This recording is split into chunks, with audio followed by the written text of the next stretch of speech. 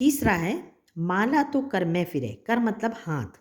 जब आप देखे होंगे कोई साधु संत पंडित जी या आपके घर में बड़े लोग जब पूजा करते हैं तो हाथ में एक माला होती है और उसको घुमाते रहते हैं, मतलब भगवान का स्मरण करते हुए उस माला को जपते हैं।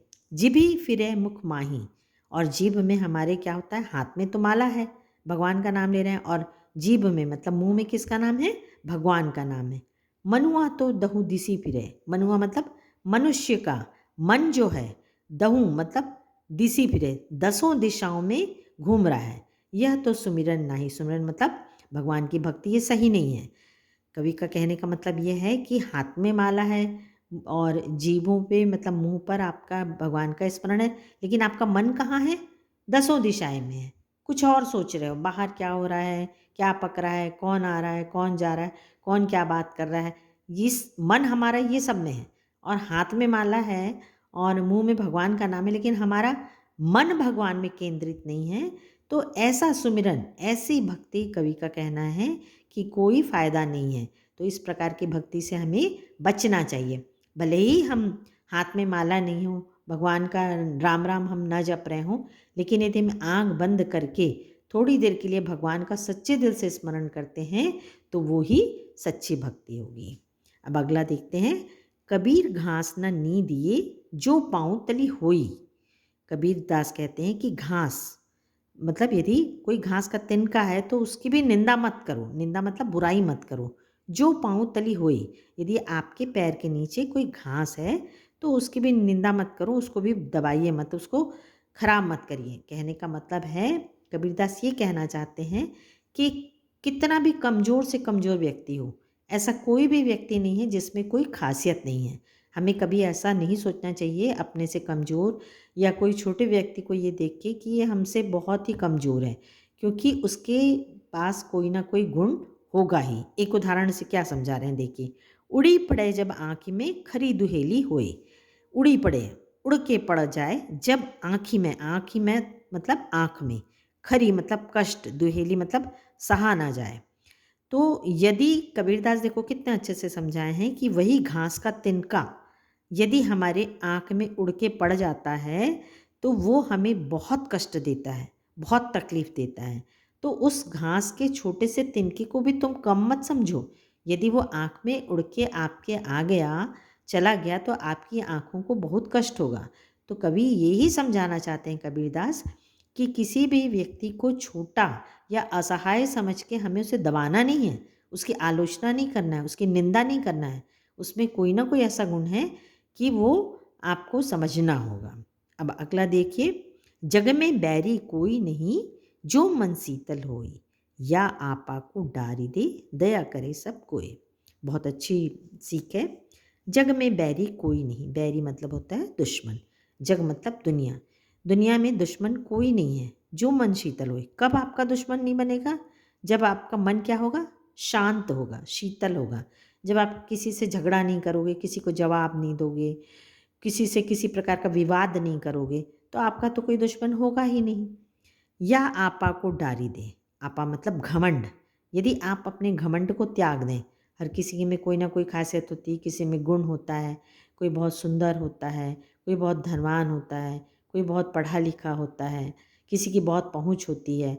तो आपके में यदि कोई भी इस प्रकार की खासियत है तो हमें घमंड नहीं करना चाहिए।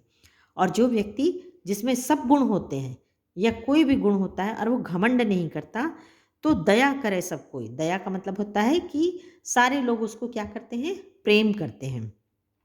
तो बहुत अच्छे से कवि ने समझाया है कि हमें कोई भी हमारा जग में बैरी नहीं होगा यदि हम अपने मन को शांत रखते हैं, किसी से झगड़ा नहीं करते, किसी से विवाद नहीं करते, या आपा को डारी दे, या हम अपने घमंड को कोई भी मनुष्य यदि घमंड नहीं करता तो उस व्यक्ति को सभी लोग प्रेम करते हैं, उस पर दया करते हैं। तो कबीर की साखियाँ अच्छे से समझ में आ गई होंगी आपको, और इसका जो आपको अर्थ, शब्दार्थ और क्वेश्चन आंसर हम आपको भेजेंगे। इसमें कुछ कुछ आपको करने के लिए दिया गया है। या आपा को डारी दे दया करे सब कोई, ऐसी बानी बोलिए मन का आपा कोई। इन दोनों पंक्तियों में आपा को छोड़ देने या खो देने की बात कही गई है। आपा मतलब होता है अपना कंट्रोल। आपा किस अर्थ में प्रयुक्त हुआ है? क्या आपा स्वार्थ के निकट का अर्थ देता है या घमंड का? तो आपको ये बताना है यहाँ पर क्या है। मैं आपको क्लियर कर दूँ पहले ये, या आपा को डारी दे दया करे सब कोई। आपा मतलब यदि आप अपने घमंड को छोड़ देते हैं तो आप सबको सभी लोग आपसे दया करेंगे, ये हमने अभी पढ़ा। और दूसरी लाइन जो हमने नहीं पढ़े हैं उसमें इंक्लूड है, तो इसका मतलब है ऐसी बानी बोलिए मन का आपा खोए।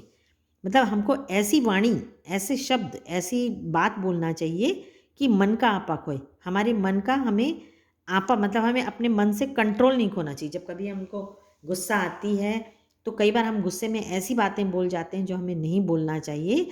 तो यहाँ पर कवि का आपा का मतलब घमंड नहीं है, मतलब अपने मन का अपना कंट्रोल खोने से है कि हमें ऐसी वाणी बोलना चाहिए कि हमारे मन के अंदर क्या द्वंद्व चल रहा है ये हमें आपा नहीं खोना चाहिए।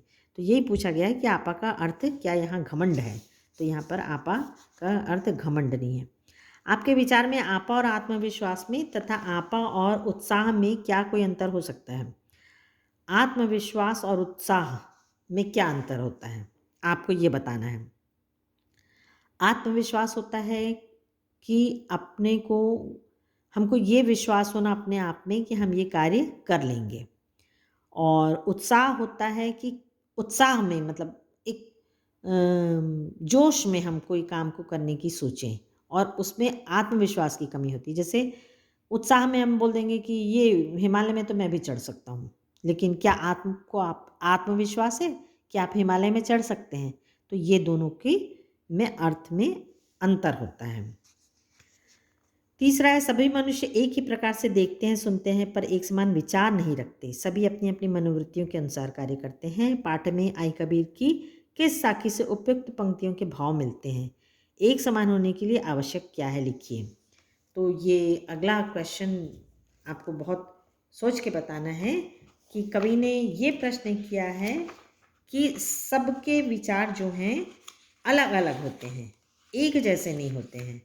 तो आपको ये बताना है कि कौन से अर्थ में कवि ने ये चीज़ बोली है।